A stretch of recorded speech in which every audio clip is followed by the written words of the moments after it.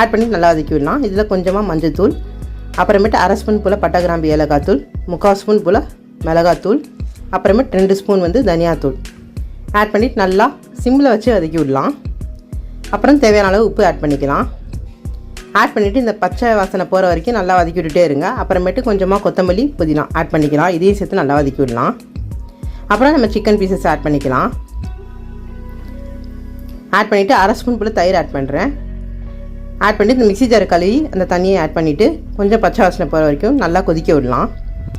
அப்புறமேட்டு 1/2 மூடி தேங்காய் எடுத்திருக்கேன்.